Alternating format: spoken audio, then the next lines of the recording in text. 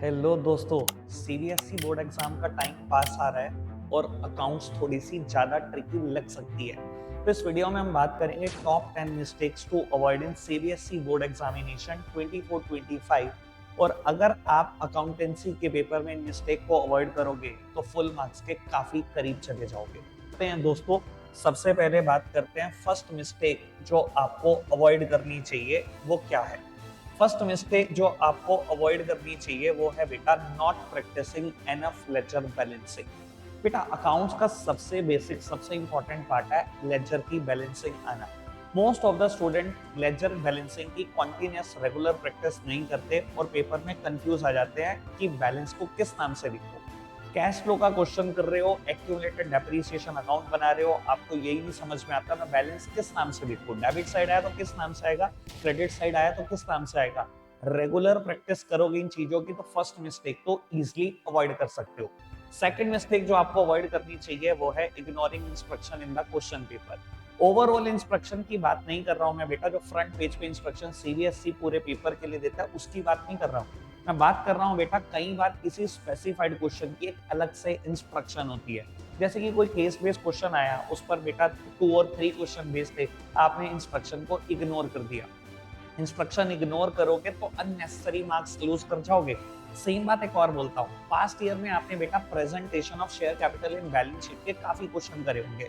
अगर आज CBSE board आपको देते ना presentation of share holder fund in balance sheet, तो आपका जो एक्साइटिंग माइंड है इतनी तेजी से उस क्वेश्चन को रीड करेगा, उसकी रिक्वायरमेंट को रीड करेगा कि बेटा आप उस शेयर होल्डर फंड को शेयर कैपिटल रीड कर जाओगे और कहीं ना कहीं कुछ मार्क्स क्लोज कर दोगे बेटा, क्योंकि शेयर होल्डर फंड में शेयर कैपिटल की भी प्रेजेंटेशन आती है, साथ ही साथ रिजर्व्स एंड सरप्लस की भी प्रेजेंटेशन आती है। इसलिए बेटा इग्नोर नहीं करना किसी भी इंस्ट्रक्शन को। थर्ड मिस्टेक जो आपको बिल्कुल बचना है थर्ड मिस्टेक से वो है using wrong pen for diagram and answer. बेटा ब्लू पेन का इस्तेमाल करो सारे आंसर्स को लिखने के लिए, एज वेल एज पेंसिल का यूज करो डायग्राम के लिए और रफ कैलकुलेशन के लिए। है तो ये एक बहुत छोटी सी चीज पर आपकी प्रेजेंटेशन को काफी अट्रैक्टिव दिखाती है और एग्जामिनर को भी काफी इंप्रेस करती है। फोर्थ मिस्टेक जो आपको अवॉइड करनी है वो है confusion in the journal entry. Assets और लायबिलिटी के क्लासिफिकेशन में अगर आपको कोई भी प्रॉब्लम हो रही है, होती है, बहुत सारे स्टूडेंट को जाती है, तो आपको क्या करना है बेटा, एक बार गोल्डन रूल ऑफ अकाउंट्स दोबारा पढ़ लो। गोल्डन रूल ऑफ अकाउंट्स दोबारा पढ़ लो, अच्छे से रिवाइज कर दो, प्रैक्टिस करके जाओ और ये इंश्योर करो कि कोई भी गलती इसमें ना हो।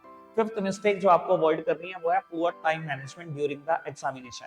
बेटा टाइम मैनेज नहीं करना आएगा तो कहीं ना कहीं पूरे मार्क्स नहीं ला पाओगे। अब होता क्या मैं देखता हूँ बेटा, बच्चे एक ही क्वेश्चन के ऊपर स्टक होकर बैठ जाते हैं।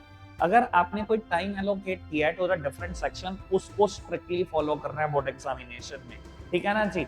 अगर मैं कहूँ सेक्शन ए जो 1 मार्कर्स का है, 20 क्वेश्चन है, आपने डिसाइड करा कि मैं 45 मिनट एलोकेट करूंगा इसको।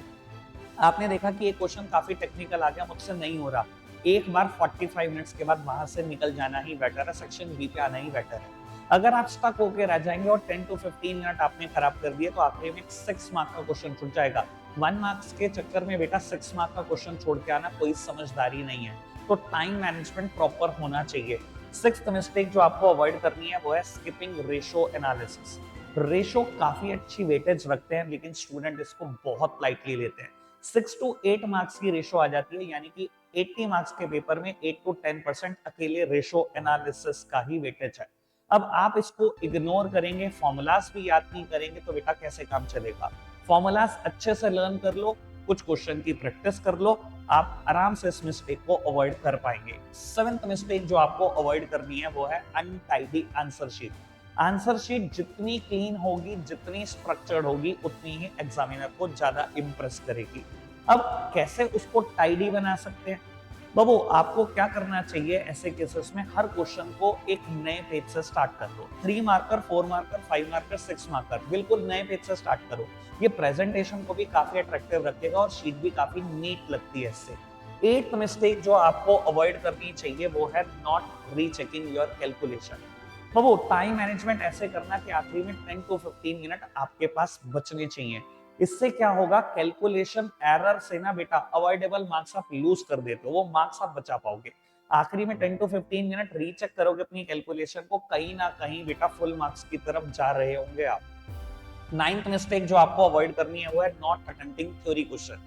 थ्योरी क्वेश्चन काफी स्कोरिंग होते हैं और काफी इजी होते हैं। ऐसा नहीं है कि सीबीएसई बोर्ड थ्योरी क्वेश्चन को कुछ अलग से फ्रेम करता है या कोई चीज दिमाग में रख के फ्रेम करता है। थ्योरी क्वेश्चन और प्रैक्टिकल क्वेश्चन में बैलेंस ना बिठाने की वजह से बेटा कुछ बच्चे टॉप नहीं कर पाते और अकाउंट्स में बेटा आखिरी में 4 नंबर कमा रहे हैं, 5 नंबर कमा रहे हैं। जो पूरे 100 आ सकते थे बेटा, कहीं ना कहीं बेटा वो कट जाएंगे बेटा मार्क्स। तो थ्योरी क्वेश्चन अच्छे से अटेम्प्ट करके आना।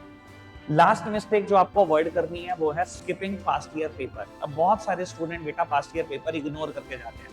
पास्ट ईयर पेपर बेटा एग्जाम पैटर्न तो क्लियर करते करते हैं, फ्रीक्वेंटली आस्क्ड क्वेश्चन भी बेटा आपको पता लग जाते हैं उनसे। अगर पास्ट ईयर क्वेश्चन को अच्छे से करोगे, बेस्ट फ्रेंड बन जाएंगे, फ्रीक्वेंटली आस्क्ड क्वेश्चन क्लियर हो जाएंगे, पेपर पैटर्न बिल्कुल क्लियर होगा। अगर अभी तक भी पास्ट ईयर पेपर आपने अटेम्प्ट नहीं किए हैं तो मैंने लिंक डाल दिया डिस्क्रिप्शन बॉक्स में। पूरी की पूरी सीरीज मैंने करा रखी है पास्ट ईयर क्वेश्चन के, 10 ईयर के पेपर सॉल्व कर रखे हैं। मेरे साथ साथ आप वहां पेपर सॉल्व कर सकते हो। तो यही थी top 10 mistake to avoid in CBSE board accountancy examination 24-25। अगर इन मिस्टेक को अवॉइड करोगे तो फुल मार्क्स आ रहे हैं आपके। ऑल द बेस्ट बच्चों, यू कैन डू इट।